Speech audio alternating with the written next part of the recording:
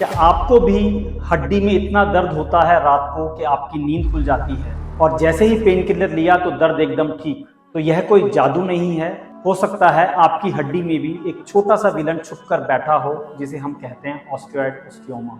नमस्कार दोस्तों, मेरा नाम डॉक्टर रजत गुप्ता है और मैं एक बोन कैंसर स्पेशलिस्ट हूँ। हर हफ्ते मैं आपके लिए ऐसे ही बोन ट्यूमर या बोन कैंसर से जुड़े वीडियोस लेकर आता हूँ, वो भी सिंपल भाषा में, बिना किसी हाई फाई मेडिकल लैंग्वेज। तो चलिए आज का वीडियो शुरू करते हैं।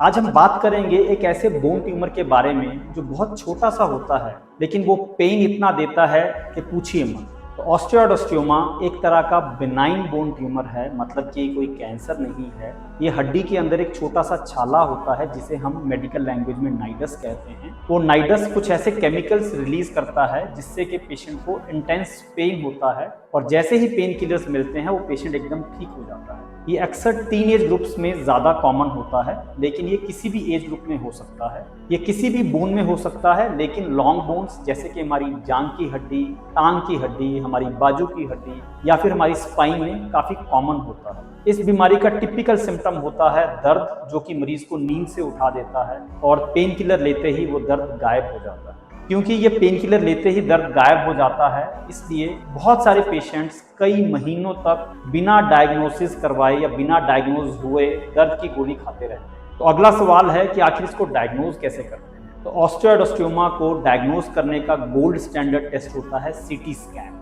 एक्सरेज या एमआरआई अक्सर पेशेंट को कंफ्यूज करते हैं और बहुत बार एमआरआई की रिपोर्ट में ऑस्टियोइड ओस्टियोमा को इन्फेक्शन समझ लिया जाता है, या फिर कुछ केसेस में एमआरआई में ऑस्टियोइड ओस्टियोमा इनफैक्ट ईविंग सार्कोमा नाम के कैंसर जैसा नजर आ सकता है और वो अननेसेसरीली पैनिक क्रिएट करता है। तो ऑस्टियोइड ओस्टियोमा का गोल्ड स्टैंडर्ड टेस्ट होता है सीटी स्कैन, जिसमें हमें हड्डी के अंदर वो नाइडस नजर आता है और उसके आसपास हड्डी बनी हुई नजर आती है जिसे हम स्क्लेरोसिस कहते हैं।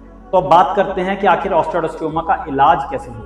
तो ऑस्टियोइड ओस्टियोमा का गोल्ड स्टैंडर्ड ट्रीटमेंट है रेडियो फ्रीक्वेंसी एब्लेशन। ये सीटी स्कैन मशीन के अंदर नाइडस को देखते हुए उस नाइडस को जलाया जाता है, लेकिन इसका एक ड्रॉबैक है कि ये काफ़ी कॉस्टली होता है। तो इसका एक इंडियन ऑल्टरनेटिव है जो कि काफ़ी सस्ता है, उसे हम कहते हैं सीटी गाइडेड ड्रिलिंग, जिसका प्रिंसिपल सेम है कि इसमें हम नाइडस को जलाते नहीं हैं, लेकिन नाइडस को ड्रिल करके निकाल लेते हैं। आप ऐसा समझ लीजिए कि रेडियो फ्रिक्वेंसी एब्लेशन या आरएफए एक आईफोन है और ड्रिलिंग एक बजट फ्रेंडली एंड्रॉयड है। दोनों के रिजल्ट्स सिमिलर होते हैं, दोनों के रिजल्ट्स अच्छे हैं। तो अगर मैं आपके लिए समराइज करूं, क्या ऑस्टियोइड ओस्टियोमा कैंसर है? बिल्कुल भी नहीं। क्या इसका इलाज बड़े ऑपरेशन से होता है? बिल्कुल भी नहीं। ये एक छोटे से चीरे से होता है जिसमें से केवल 1 या 2 टांके लगते हैं। रेडियो फ्रिक्वेंसी एब्लेशन या ड्रिलिंग वो आपकी चॉइस है, आपके सर्जन की चॉइस है, वो किस में कंफर्टेबल है। क्या इसकी रिकवरी बहुत लंबी होती है? बिल्कुल भी नहीं। इसकी रिकवरी अक्सर 1 या 2 दिन में हो जाती है और पेशेंट इस प्रोसीजर के बाद इतने कंफर्टेबल होते हैं कि उनको 2 या 3 दिन के बाद दर्द की गोली खाने की ज़रूरत खत्म हो जाती है। तो जाने से पहले अगर आप भी किसी ऐसे पेशेंट को जानते हैं जो रात में उठता है दर्द के कारण और पेन किलर से वो ठीक हो जाता है और उसका डायग्नोसिस अभी तक नहीं बन पा रहा है, तो आप उस तक ये वीडियो शेयर कीजिए। और अगर आप हमारे चैनल पर नए हैं तो आप हमारे चैनल को सब्सक्राइब कीजिए। मिलते हैं अगले हफ्ते एक नए वीडियो के साथ। Thank you.